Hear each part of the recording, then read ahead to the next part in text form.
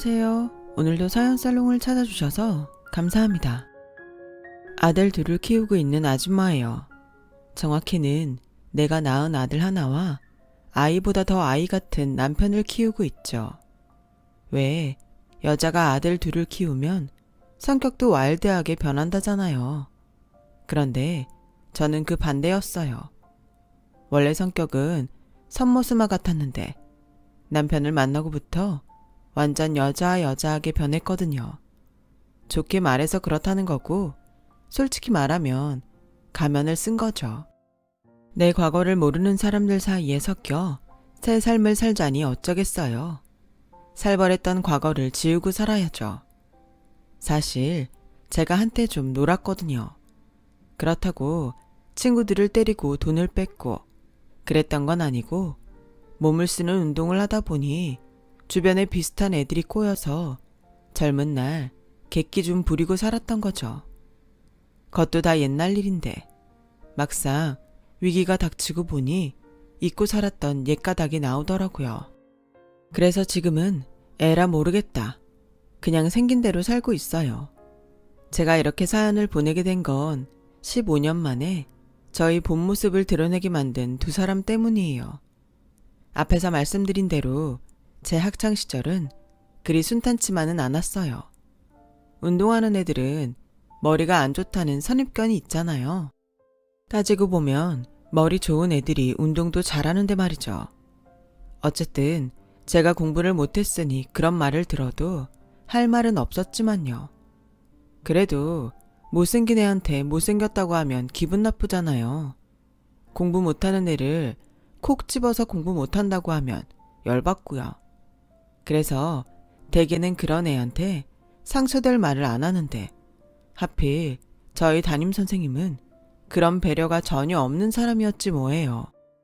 애들 앞에서 대놓고 제게 돌대가리라 부를 정도로요. 너 같은 돌대가리가 운동 아니면 뭐 해먹고 살겠니? 그러니까 괜히 공부하는 애들 방해하지 말고 조용히 네 자리에서 퍼자. 그게 반 친구들 위하는 길이야.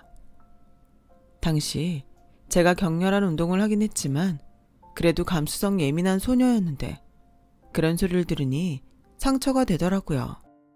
거기다 하필 고3이 되고 얼마 안 돼 부상을 당하는 바람에 7년간 해왔던 운동을 그만둬야 하는 상황이 돼서 속이 많이 시끄러운 상태였어요. 그런데 하필 그런 때 담임이 도화선에 불을 당긴 거였죠. 그래서 펑 터져버렸어요. 공부 못하면 수업 들으면 안 돼요? 어떻게 학생 보고 학교에서 퍼 잘한 소리를 해요?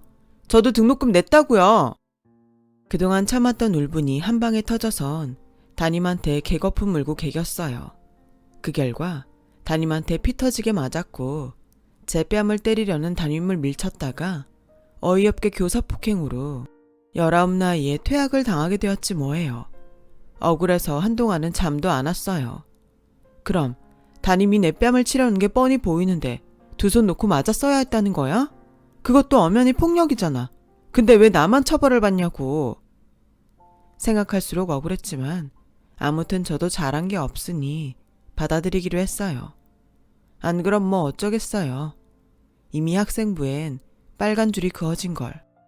체육특기생으로 대학에 갈 줄 알았던 딸이 하루아침에 퇴학을 당하자 엄마는 머리를 싸매고 드러 누웠어요.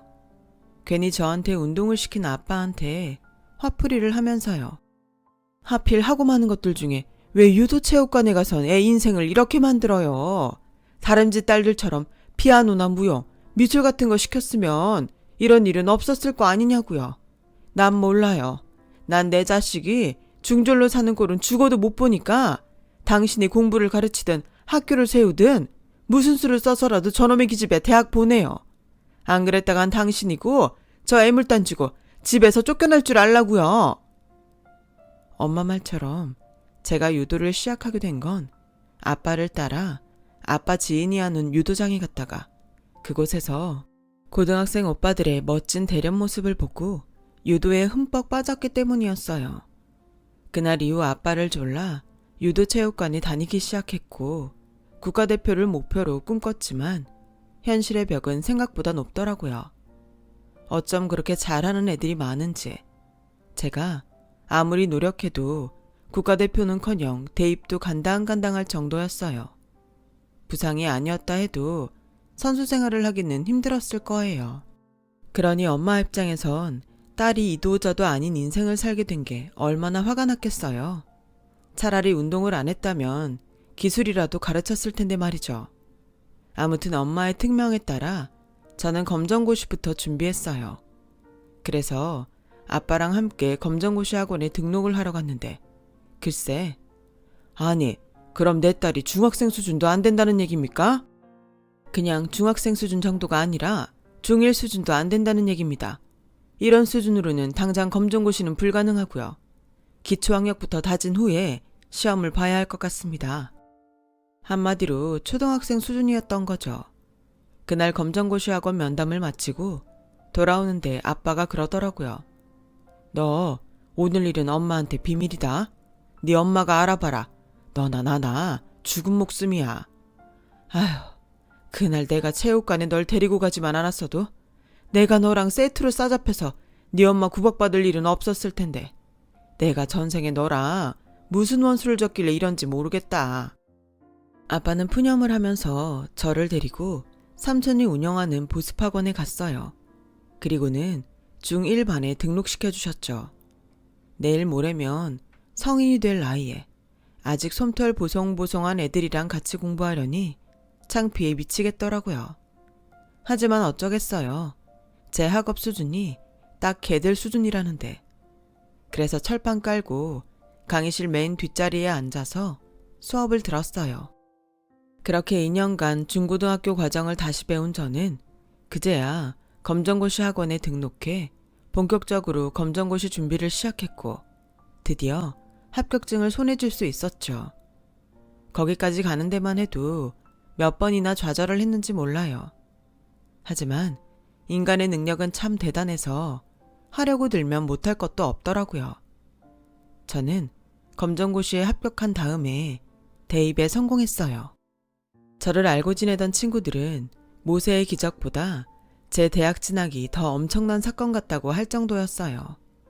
솔직히 저도 좀 그렇게 생각해요. 대학을 졸업할 나이에 신입생이 된 저는 남들보다 뒤처진 그 몇 년을 따라잡기 위해 부단히 노력했어요. 다행히도 운동할 때 매일 똑같은 루틴에 따라 반복적인 연습을 해온 덕에 체력과 지구력 하나는 누구보다 자신이 있었거든요. 운동 때문에 멀리 돌아온 인생이었지만 결국엔 운동하던 시절 덕을 보긴 한 거죠. 그쯤 되자 저를 애물단지 취급을 하던 엄마도 제 노력이 기특했는지 더는 뭐라고 하지 않았어요. 오히려 저 몰래 주변 사람들한테 제 자랑을 하고 다니실 정도였죠. 우리 부녀를 내쫓겠다고 살벌하게 엄포를 놓던 엄마가 말이에요. 활달한 성격 덕에 남들보다 늦게 대학에 들어갔음에도 저는 과대를 도맡아 할 정도로 적극적으로 대학 생활을 했어요. 덕분에 동기들과도 쉽게 친해질 수가 있었고 교수님들한테도 일찌감치 눈도장을 찍을 수 있었죠. 무엇보다 주선자 역할로 소개팅에 많이 참여할 수 있었어요. 지금의 제 남편도 그때 소개팅에서 만난 사람이에요. 당시 복학생이었던 남편은 쪽수를 마치러 나온 폭탄 제거반이었어요. 그런데 남편이 자기 역할을 망각한 채 최고 킹카 여학생을 지목한 거 있죠. 황당한 건 남학생들 뿐만 아니라 주선자인 저도 마찬가지였어요. 솔직히 저희 남편이 공부는 잘하는데 눈치도 없고 자기 세상에 빠져 사는 아웃사이더거든요.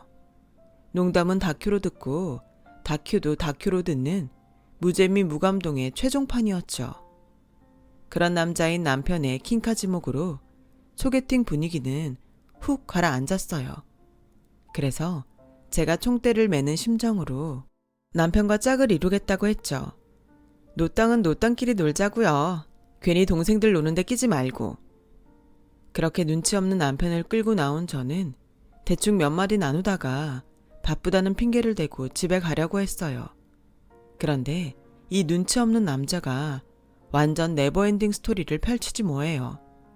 평소 궁금하지도 않은 지구 밖 우주 얘기랑 별의 생성 과정이며 블랙홀까지 완전 별에서 온 남자였죠. 처음엔 그래도 고개도 끄덕여주고 대답도 해주는데 그래서 그런가 끝도 없이 얘기를 하길래 안 되겠다 싶어서 하품도 하고 기지개도 펴면서 그만하라는 눈치를 팍팍 줬어요. 와, 그런데도 아랑곳하지 않고 지 할 말 다 하더라니까요. 거기다 재미라곤 1도 없는 얘기를 어찌나 초롱초롱한 눈빛으로 진지하게 하던지 정말 사람 미치고 팔딱 뛰겠더라니까요. 결국 교양 과목 강의 듣는 수준의 내용 앞에서 저는 졸고 말았습니다. 그랬더니 남편이 그러더군요. 고마워요. 다른 여자들은 중간에 얘기 끊고 가버리는데 유나 씨는 참고 들어주려고 노력해줘서요. 사실 제가 낯가림이 좀 심해요. 제가 주저리 떠드는 것도 어색한 분위기를 못 버텨서 그러는 거예요. 머리로는 안 그래야지 하는데 입이 혼자 막 움직인다랄까? 그런데 오늘 유나 씨 앞에서는 일부러 그랬어요. 오래 같이 있고 싶어서. 처음 봤는데도 마치 오래 알고 지내던 사이처럼 편해서 중간엔 나도 모르게 신나서 떠들어댔고요. 덕분에 간만에 스트레스가 확 풀렸어요. 고마워요. 그 말을 들으니 얼마나 미안하던지 표정 관리가 안 되더라고요. 그래서 애프터 신청을 받아들였죠 뭐. 그런데 사람이 참 신기하죠. 처음엔 눈에 안 들던 남편이 몇 번 만나보니까 의외로 새롭고 질리지가 않는 거예요.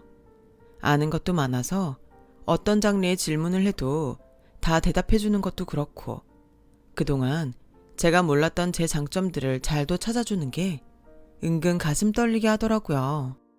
남편은 도복을 입고 바닥을 구르며 지냈던 잭에서 저의 여성적인 면을 찾아주었고 유명한 시의 구절처럼 남편이 제 이름을 불러준 순간 저는 남편 앞에서 꽃이 되어버렸죠.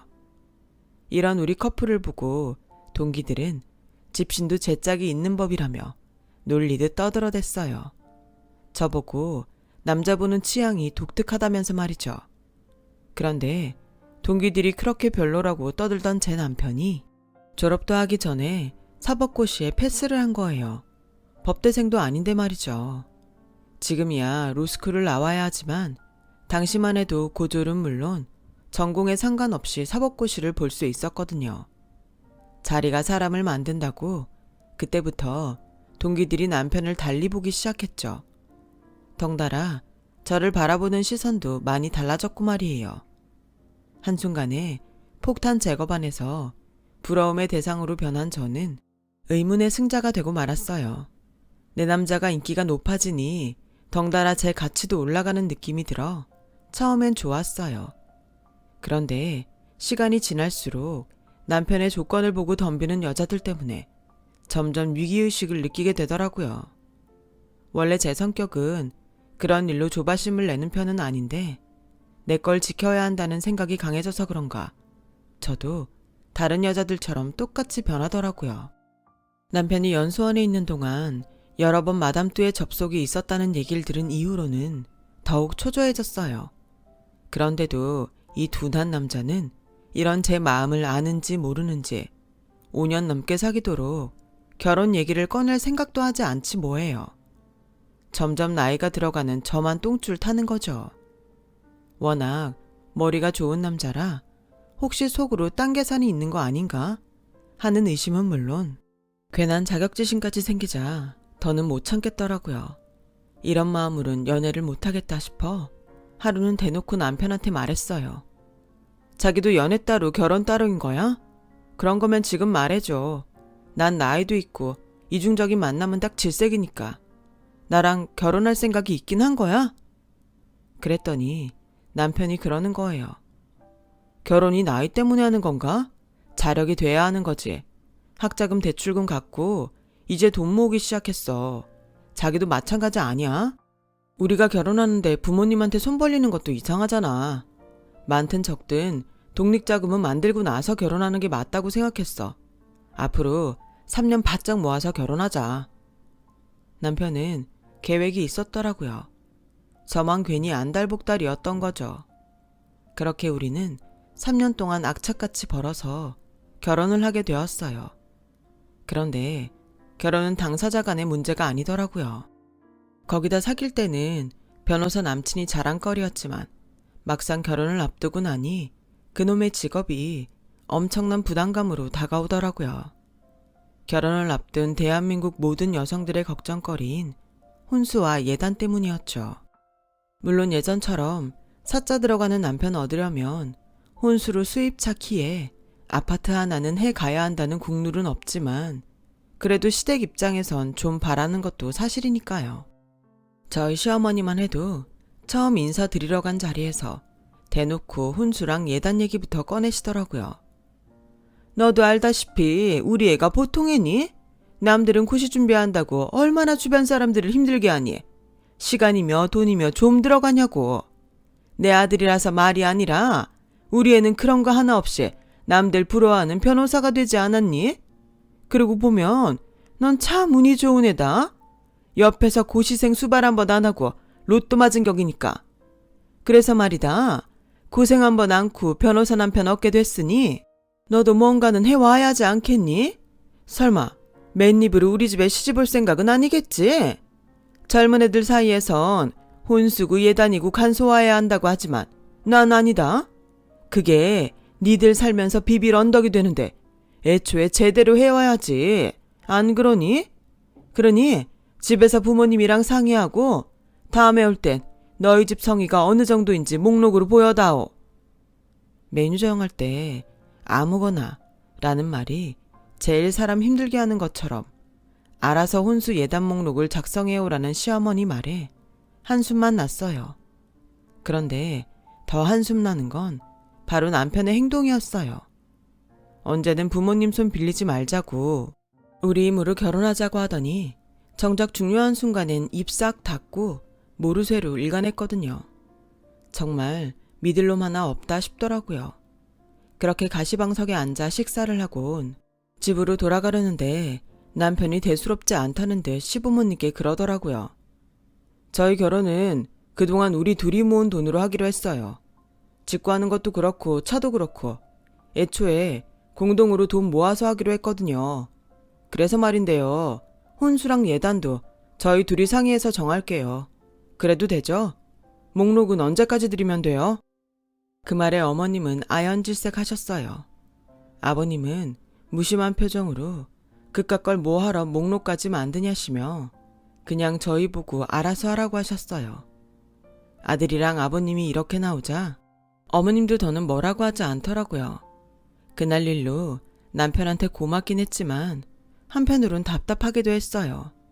아니, 애초에 그럴 거였으면 진작 얘기라도 할 것이지. 밥 먹을 때까지도 아무 말 없다가 집에 갈 때야 그 소리를 할 건 또 뭐냐고요.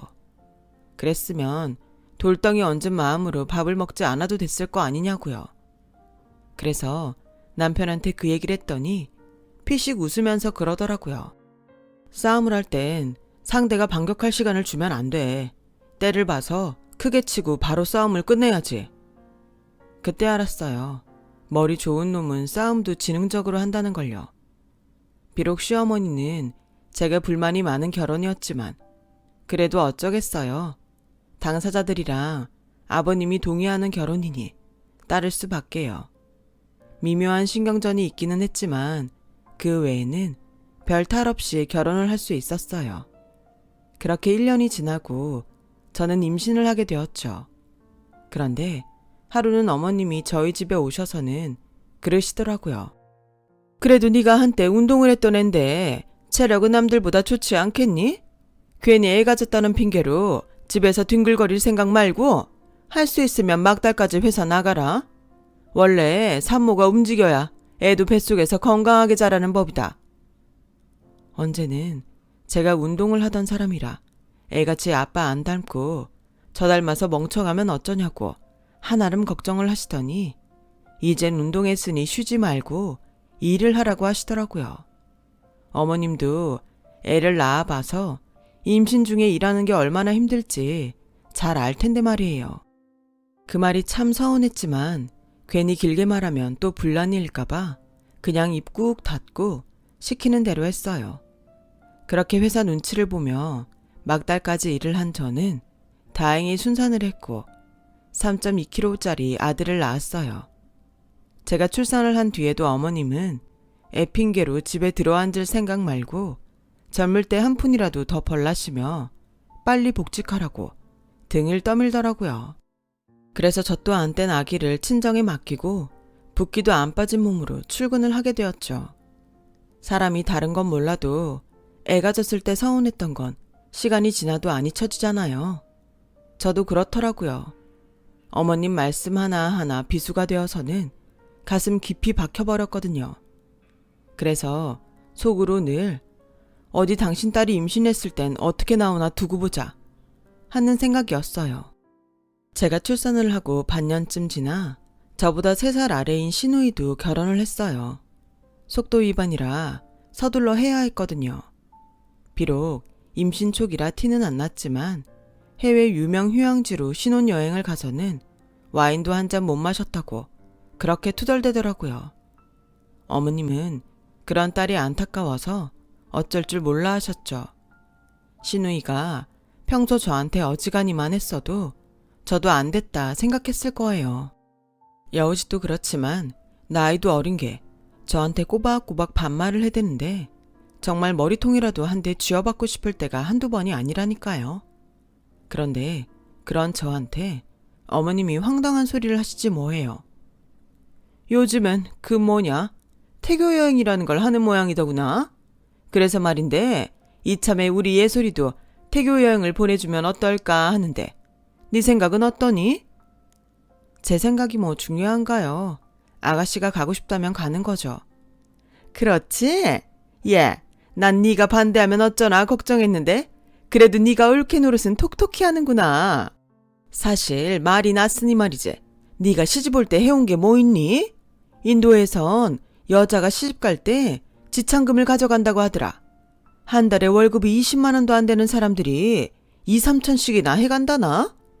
지참금이 없어서 시집 못 가는 여자도 허다하댄다. 그런 것만 봐도 넌 완전 거저먹은 결혼 아니니? 그러니 네 시누이 태교 여행 비용은 네가 내도록 해라. 양심이 있으면 싫단 말은 못하겠지? 그때였어요. 시누이가 기다렸다는 듯이 끼어들어 그러더군요. 언니, 나 괌으로 보내줘. 괌으로 태교 여행 갔다 온 사람들 블로그 보니까 엄청 땡기더라고. 날씨도 좋고 쇼핑몰도 크고 완전 내 스타일이라니까. 참, 숙소는 구질구질하게 에어비앤비 말고 호텔로 잡아줘. 조식도 그렇고 수영장도 그렇고 난 편한 게 좋더라고. 한 2-3달 호캉스 하면서 쉬다 오면 너무 좋을 것 같아. 이미 마음은 괌에 가 있는 것 같은 표정으로 신이 나 있는 시누이를 보니 그렇게 꼴보기 싫을 수가 없었어요. 갈 거면 지 돈으로 가든가 왜 애먼 사람한테 돈을 대래요. 게다가 나이도 어린 게 꼬박꼬박 반말을 해대는데 그날따라 그렇게 거슬릴 수가 없더라고요. 그래서 한마디 했죠. 아가씨, 괌에서 1-2달 호캉스를 즐기려면 돈이 얼마나 드는지 알아요? 제 몇 달치 월급은 고스란히 들어갈 금액이라고요. 저 그럴 여유 없어요. 정 가고 싶으면 아가씨 돈으로 가요. 언니, 사람이 왜 그래? 솔직히 언니가 누구 덕분에 변호사 사모님으로 사는데 엄마랑 내가 끝까지 언니 반대했으면 그 결혼 못하는 거였어. 그동안 우리 오빠한테 어떤 선자리가 들어왔었는지 알기나 해? 그거 마다하고 똥차 타는 거 우리가 눈물을 머금고 참아준 거라고. 언니 인생 불쌍해서. 근데 이깟 돈도 못 내겠다고? 이게 무슨 똥배짱이래. 언니가 정 못 되겠다면 오빠한테 받으면 되지 뭐. 어때? 그렇게 할까? 뱀 같은 면상을 들이밀고는 뻔뻔하게 구는데 순간 주먹이 불끈하더라고요. 이게 그동안 가정의 평화를 위해서 기를 쓰고 참아줬더니 사람 무서운 줄 모르고 기어오르더라고요. 거진 10년간 내 안에 고이 모셔둔 형님을 깨울 정도로 말이죠. 더 참다간 제 성질에 제가 넘어갈 것 같아서 간만에 옛가닥 좀 펼쳤습니다. 근데 아가씨는 왜 나한테 반말이에요? 나이 많은 나도 존대를 하는데 말이죠. 이참에 말 정리부터 하고 얘기하죠. 어떻게 반말로 할까요? 존대로 할까요? 아가씨가 존대하면 나도 존대하고 아가씨가 반말하면 나도 반말할게요. 뭐래? 누구 맘대로? 며느리가 시누이한테 존대하는 건 당연한 거 아닌가? 달래 아가씨라고 부르냐고. 쓸데없는 소리 말고 관 보내줄 거야 말 거야. 이쯤 되면 막 가자는 거겠죠. 그래서 반말로 하자 이거구나. 그래 알았어 예솔아. 언니가 충고 하나 할게. 세상에 공짜는 없어. 인간관계도 내가 줘야 상대한테 받는 법이라고. 네가 나한테 요따구로 하는데 나라고 너한테 잘해주고 싶겠니? 태교 여행? 야, 지나가던 개가 없겠다. 네가 태교 여행 가면 그 더러운 인상이 깨끗하게 변한다니? 착각하지 마. 너한텐 태교 여행이 중요한 게 아니라 인성교육이 먼저야. 그리고 네가 뭔데 내 남편 돈을 함부로 쓰려고 들어? 언제 네가 돈 맡긴 적 있어? 네가 우리 재민이 기저귀라도 하나 사준 적 있냐고. 그런 주제 어디서 여행 자금을 대달래. 돈이 썩어 문드러져도 너한테 줄 돈은 한 푼도 없어. 그러니까 일찌감치 정신 차려. 그리고 어머님, 그동안 제가 꾹 참고 살았는데요. 더는 그렇게 못하겠어요. 어머님 아들 이혼남 만들고 싶으세요? 어머님이 금쪽같이 아끼는 손자 그만 보고 싶으세요? 그런 거 아니면 저한테 함부로 하지 마세요. 저요, 저희 부모님한텐 세상엔 둘도 없는 귀한 자식이에요. 어머님 자식만 귀한 거 아니라고요. 툭 하면 변호사 남편 얻었으면서 주제의 혼수도 제대로 안 해왔다고 그러시는데요. 변호사 남편이 뭐가 그렇게 대단해요? 제가 변호사 남편 둬서 뭘 얼마나 득을 보고 살았냐고요. 요즘은 경쟁이 심해서 변호사라고 해도 돈도 많이 못 벌어요. 어머님 아들 월급 직장인 수준이에요. 버는 걸로 치면 제가 어머님 아들보다 더 번다고요. 그뿐인가요? 가사노동은 누가 하는데요? 육아는 누가 도맡아 하는데요? 다 제 친정 부모님이랑 제가 해요. 어머님은 도우미라고는 10원어치도 안 주시면서 왜 매번 저한테 가시돋친 말만 하시냐고요. 제가 열분을 토하자 어머님도 질 수 없다는 듯 소리치셨어요. 애초에 네가 남들처럼 혼수만 제대로 해왔으면 내가 이러니? 네 몸뚱아리만 고작 들고 들어온 주제에 어디서 고개 빳빳이 들고 대들어? 버르장머리 없는 것 같으니라고. 누가 그래요? 제가 몸뚱이만 가지고 시집왔다고요? 저요. 결혼할 때 그이랑 반반씩 내고 신접살림 준비했어요. 저희 전셋집도 그렇고 살림살이도 그렇고 절반은 제가 한 거라고요.